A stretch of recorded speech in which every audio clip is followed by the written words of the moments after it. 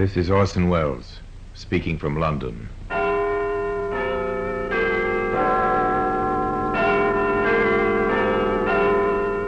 From the Black Museum, a museum of death.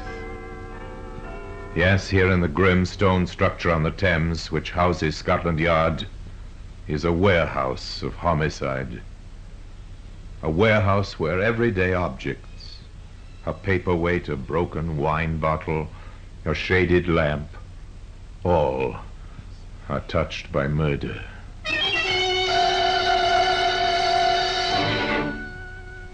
You take this jacket, woolen, hand-knitted, a baby's garment, dusty with age, and only half completed. Sleeves are missing, Inspector, and it still has to be stitched up. Yes. Looks rather pathetic, doesn't it, Sergeant? It does, sir. Yes. Better put it back in the attaché case.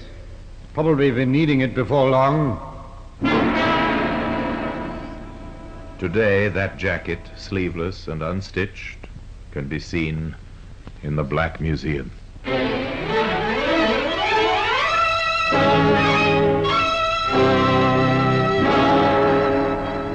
From the annals of the Criminal Investigation Department of the London Police, we bring you the dramatic stories of the crimes recorded by the objects in Scotland Yard's Gallery of Death, the Black Museum.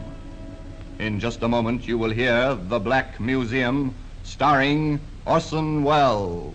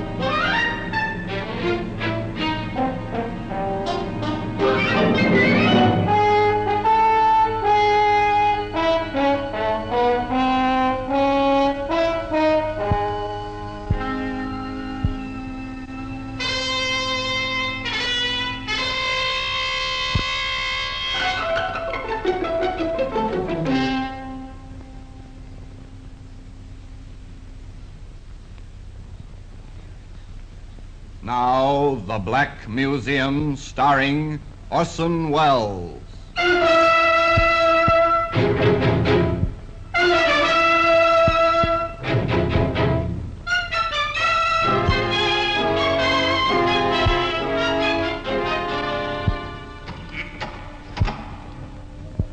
Well, here we are in the Black Museum, Scotland Yard's Museum of Murder. Here lies death, dressed in its Sunday best. Here, for example, is a nail file. It was once used by a manicurist to trim the dainty fingernails of a beautiful woman, later used by an insane killer. Here's a length of cord, weighted with lead at either end, harmless enough to look at, but lethal in its effect as a weapon of murder. Here we are. Here's the jacket, mottled and dusty, somewhat inconspicuous in its place on the shelf, a tragic relic of passion and violence. I'm going to take you back quite a few years to a warm Sunday morning in June of the year 1921.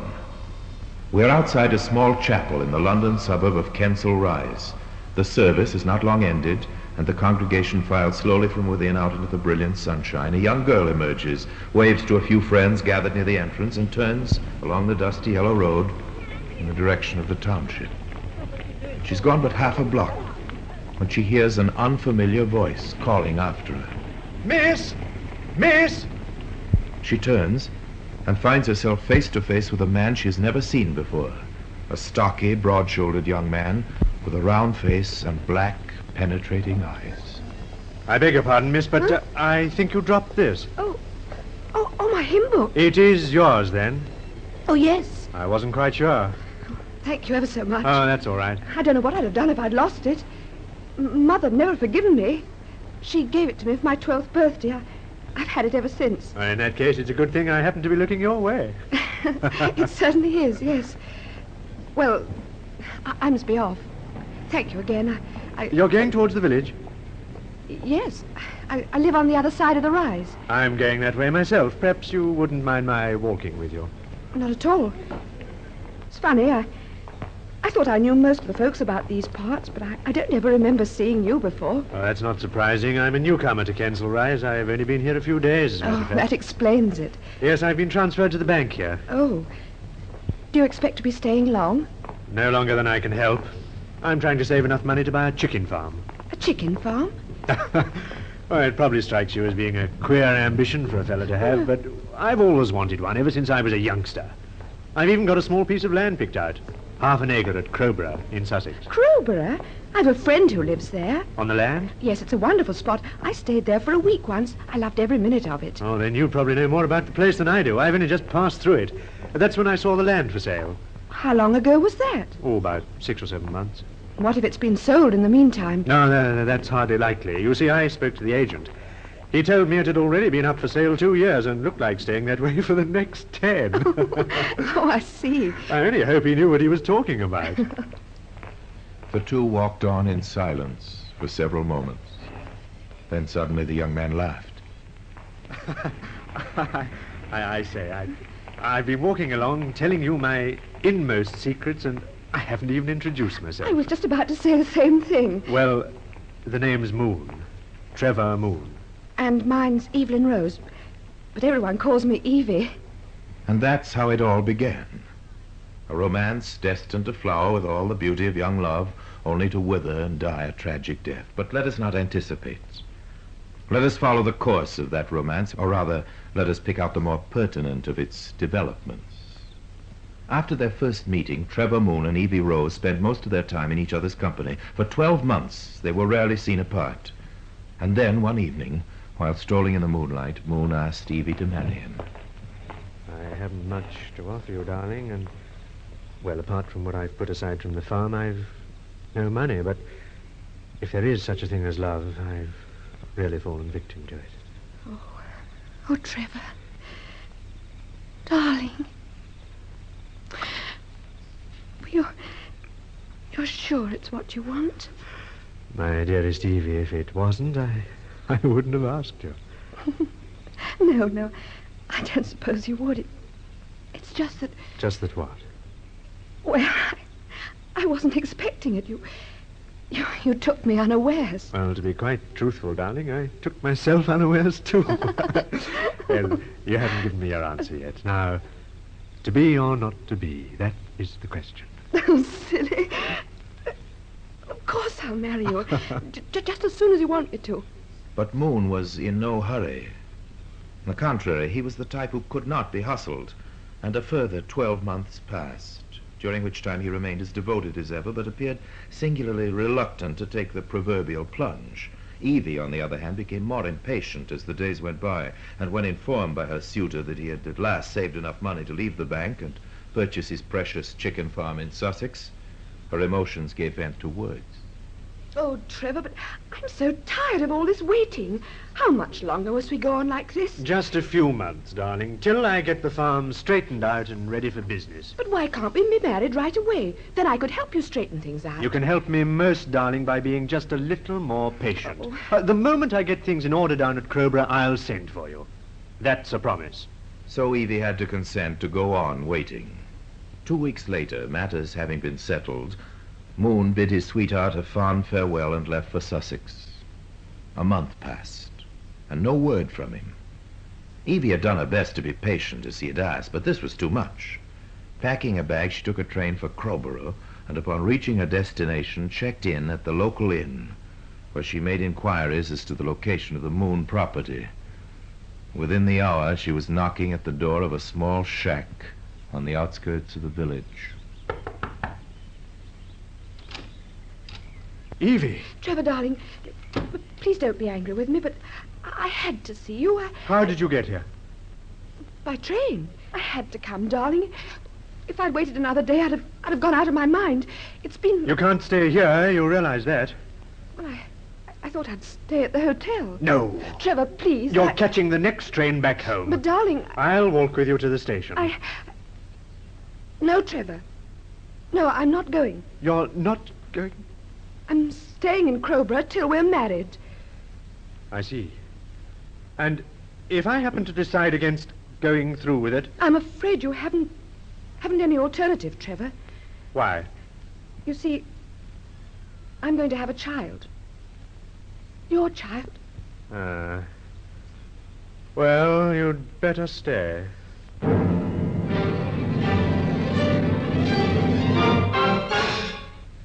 The scene changes. It is 3 months later. We're in the office of the Crowborough police station.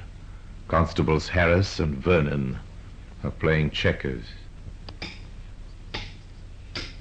Oh, didn't see that one coming. Been playing for that all along. Puts me in a bit of a spot. Hey, does that all right, right enough. I'll get it.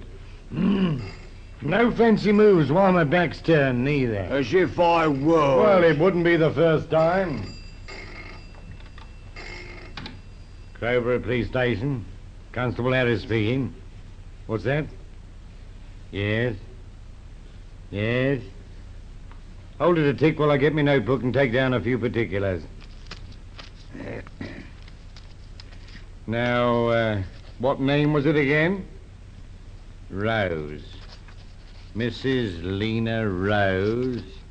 Yeah. And the missing girl? Daughter. Evelyn, known as Evie. Address? 14 Marsden Parade, Kensal Rise. Yes. And how long has your daughter been gone, Mrs. Rose? Since Saturday morning, I see. Yes. Well, let you do with the present, Mrs. Rose. You'll be hearing from us. Yeah, that's right, yes.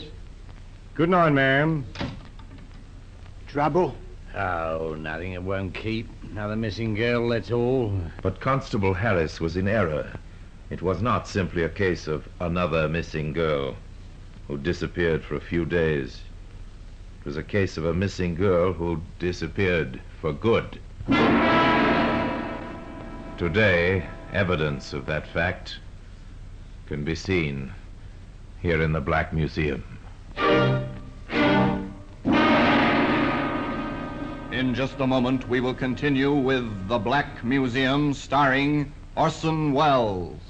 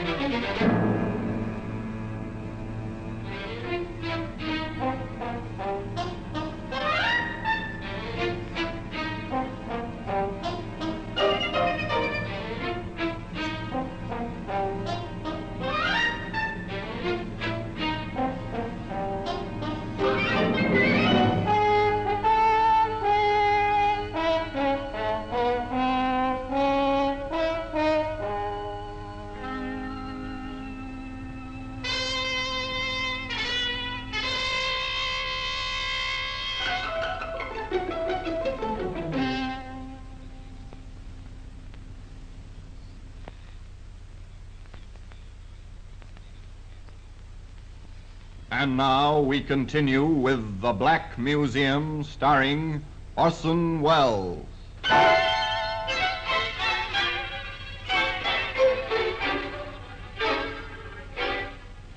Just another missing girl. Yes, that's how the reported disappearance of Evie Rose was first described. Nothing particularly unusual about such a report. Almost every day of the week, someone or other vanishes without any apparent reason or cause, to show up again in due course with a perfectly simple explanation for their supposedly mysterious absence. But of course, there's always the exception, which is why the police waste as little time as possible in checking up on such matters. So it was that the following day, Mrs. Lena Rose received a visit from Sergeant Cross of the Crowborough Police Station. Now then, Mrs. Rose, let's get the facts straight, shall we? According to this report, your daughter left home early on Saturday morning. That's right, Sergeant. 2 days ago. She told me she was going down to Crowborough for the day. Crowborough? Yes, to visit her fiancé. He has a chicken farm there. Not a very big one, I understand. He only bought it a few months ago, but he's doing very well. You've been in touch with him, I take it? Oh, yes, he said he was expecting Evie for lunch on Saturday, but she didn't arrive. Was she in the habit of visiting him often? No. Several weeks ago she went down to see how he was getting along, and that was the only time. She returned the same day. Just in time for tea. I come to think of it, it's just about that time that she changed so. Changed? Yes. She used to be such a happy sort of girl, you know, always laughing and joking, and then suddenly she became moody, sullen, as though something was worrying her, something she couldn't speak of, even to me. You've no idea what it could have been, I suppose? Well, perhaps I shouldn't tell you this, but I had a feeling it was something to do with Trevor. Trevor? Trevor Moon, her fiancé. Oh. What kind of something, Mrs. Rose? Well, that's what had me puzzled. I just can't imagine. Trevor was such a nice boy and so fond of Evie. I'm quite sure he wouldn't have done or said anything to hurt her. Well, not intentionally, that is. How long have they been keeping company? Oh, about 2.5 years. As long as that, eh? And when were they to be married? Well, I'm not sure, Sergeant. As far as I know, they haven't actually set a date. I see. Well, I think I might pop down to Crowborough and have a chat with Mr. Moon. He may be able to tell me something. Thanks for your help, Mrs. Rose. And don't worry. We'll find your daughter. You'll probably be hearing from me again in a day or two. With an encouraging smile, Sergeant Cross took his leave of the anxious mother and set out for the railway station, a thoughtful expression clouding his wrinkled brow. That same expression was still present when he stepped from the train onto the platform at Crowborough and headed along the lonely lane that led to the Moon Chicken Farm. The gate was open, and seeing no one about, he made his way up to the front door of the shack and knocked.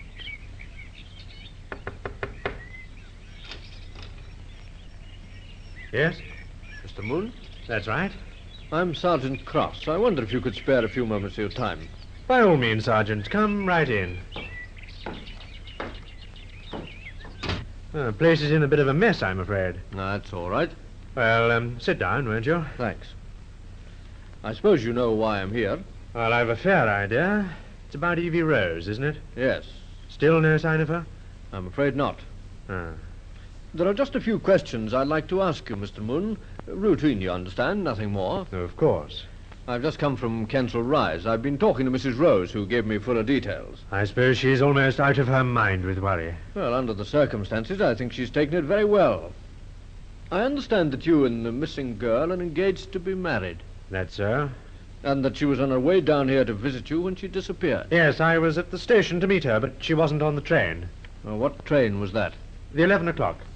I waited an hour for the next one, but she wasn't on that either, so I came back home. Were you worried at all? No, not unduly. I just assumed she'd changed her mind about coming. You didn't think it odd that you hadn't heard from her? No, I can't say I did. How long is it since you last saw her? Oh, roughly speaking, about 2 months. That was when she last visited you? Yes. She only came here once. I see.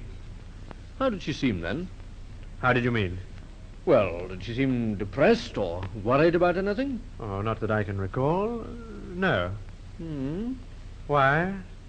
Oh, no particular reason. Not for 1 second during the interrogation did Sergeant Cross shift his gaze from Moon's face.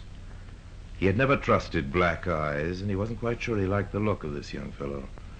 But, despite this, the inscrutable Mr. Moon gave no indication that he knew any more about the missing Evie Rose than he was ready to admit, and certainly did not appear to have anything to hide. The contrary, in fact. Back at the Crowborough police station later that same day, Cross admitted as much to his superior, Divisional Inspector Broughton. So you think he's told all he knows, eh, Sergeant? Well, sir, let's just say that he gave me that impression. It was those black eyes of his that set me thinking. They've got a shifty look about them. You can hardly hold the color of a man's eyes against him, Sergeant. Perhaps not, sir, but even so, I think the best thing we can do at this stage is to give the newspapers a photograph of the missing girl and a description of the clothes she was wearing on the day of her disappearance. Just as you say, sir. I'll attend to it right away. Thus it was that a photograph of Evie Rose, together with a description, found its way onto the front page of 3 London newspapers. Well, sir, that should do the trick. Yes, let's hope so, Sergeant. 2 weeks passed, during which time no information regarding the missing girl was forthcoming. Yet a third week went by, and still there was no trace of Evie Rose. Well, Sergeant, looks as if we'd drawn a blank. It does rather, sir. What's to do now? That's the question. Yeah, I think I might pay your friend Mr. Moon a visit. I doubt if you'll get much more from him than I got. Possibly not. No harm in trying. To this day, Inspector Broughton could not say exactly why he so suddenly decided to pay Moon a call. Perhaps it was the prompting of fate, or perhaps he acted simply on a blind impulse. Whatever it was, he wasted no time about it. And that same afternoon, he made his way out to the Moon farm, found Moon seated on the narrow veranda, thoughtfully puffing at a much-smoked pipe. Hello there. If you're another of those damn fool reporters, you can go to... No. I'm not a reporter. Well, that's a relief anyway. They've been showing up here in a steady stream for the past 3 weeks. Oh, is that a fact? Yes. You know, I'm convinced they really believe I murdered that girl, that Evie Rose. Oh? Ah, prying fools that they are. The way they ask questions, you'd think I was on trial. Yes. Well, perhaps you are. What? I mean, perhaps they think you know more than you're telling. Now, why should they think that? Well, she was supposed to be on her way to visit you when she disappeared. Well, it doesn't mean I murdered her. No. I mean, anyone could have done it. Done what? Murdered her. Who said she was murdered? Why, no one. Not in so many words, but that's what they're inferring. Who? Those wretched reporters. You sure you're not imagining it? Of course I'm not imagining it. Why should I imagine it? Well, why should you indeed? You're sure you're not a reporter? Quite sure. Who are you, then? Well, matter of fact, I'm a detective. Detective? Inspector Broughton's the name. Oh. Well, I'm glad you stopped by, Inspector. What brought you here? Oh, I just wanted to have a look about the place. Why? Curiosity. I suppose you wanted to question me, too. Well, frankly, I did want to, but I don't want to anymore. I think you've given me all the answers I need. With a nod, the inspector turned and walked back down the path. He didn't look back, but he could feel Moon's eyes staring after him. The eyes that had told him so much, so convincingly. It was just like that. Almost like the sort of stuff one reads in a cheap detective fiction magazine. Well, this was cheap. But it wasn't fiction. It was life. Life in its birthday suit. That was quick, Inspector. How'd you make out? He's a killer, Sergeant. Moon? Yes, I'm as sure of that as I am of the fact that we'll see the end of the Evie Rose case tonight. You think he killed her? Well, if he didn't, I'm going to be out of a job in the very near future. But, Because I'm banking everything on the hunch that he did, my reputation included. And don't ask me why. If I told you, you'd say I was mad. We're wasting valuable time. Come on, get a squad together. We got work to do. Work? We're off back to Moon's place, and we're going to search every inch of it. If we don't find anything inside the house, we start in the grounds. And even if we dig all night, Sergeant, we're going to keep on digging till we strike oil. So, less than an hour later, Inspector Broughton was back at the chicken farm, and with him were Sergeant Cross and 4 constables. The shack was searched from top to bottom, and, finding nothing on the inside, they started on the outside, with picks and shovels and everything they could lay their hands on. Broughton was risking his career on an intangible impulse, and he knew it. But somehow he didn't think it was much of a risk. There's nothing so far, Inspector. Yeah, we got a lot of ground to cover yet, old chap. I hope you're not making a mistake, sir. So do I, but if I am, you won't suffer for it. I can promise you that. I wasn't thinking of myself. Don't worry about me. My shoulders are broad enough. The digging continued. When it was too dark to see, lanterns were lit. 4 hours slipped by, and even Broughton was ready to throw in the towel when, shortly after 1 p.m. Inspector, What is it, Sergeant? just look what Hanson has dug up. A attaché case. Get an eyeful of the initials on it. E.R. Seems as if your hunch might have been right after all. Yeah, come on, open it up. Maybe something in it. Right. Well, doesn't feel like it. Hello? What's this? Looks like a jacket of some sort. A baby's jacket. That's what it is, all right. Only half completed. See? Sleeves are missing, and it still has to be stitched up. Yes. Looks rather pathetic, doesn't it, Sergeant? It does, sir, yes. Yes. Better put it back in the attaché case. Probably been needing it before long. With the discovery of the attaché case, the search was renewed with an added vigor, and stray articles of clothing were brought to light, one by one. Clothes identical to those worn by the missing girl on the day of her disappearance. A green scarf, a yellow jumper, a brown skirt, leather shoes, and a brown beret. Doesn't leave much to the imagination, Inspector. No, not much. But we still have to find a body. Yes, they still had to find a body. But they felt it couldn't be far away. And they were right. Except that it wasn't a body, but rather a scattering of bits and pieces that once had been a body.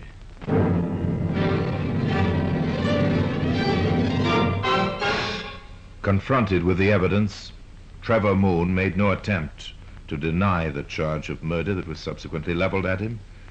He seemed, in fact, somewhat relieved to relate his gruesome story of how he had sent for Evie Rose and, knowing that she was soon to bear his child, strangled her, later dismembering her body and burying it, together with her clothing and the attaché case, the contents of which today occupies its place in the Black Museum.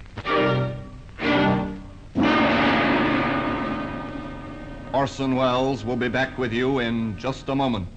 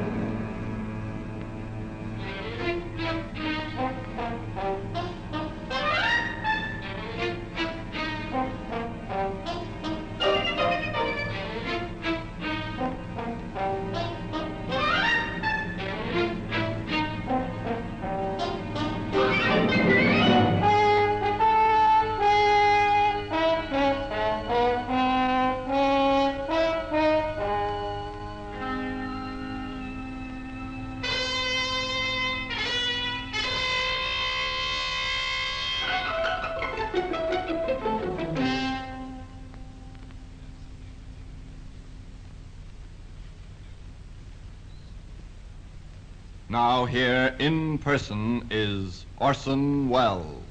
Moon's defense, if it could be called a defense, was a great letdown to the hundreds who kicked and shoved their way into the Old Bailey to witness his trial. For Mr. Moon pleaded guilty. There wasn't much more to it than that. Oh, yes, he had an excuse. Plenty of excuses.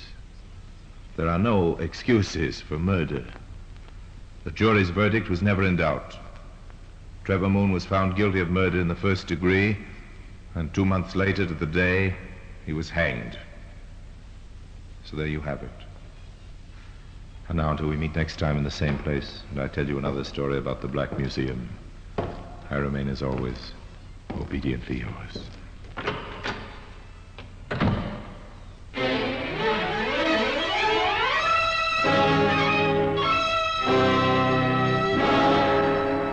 The Black Museum, starring Orson Welles, is presented by arrangement with Metro-Goldwyn-Mayer Radio Attractions, with original music composed and conducted by Sidney Torch, produced by Harry Allen Towers.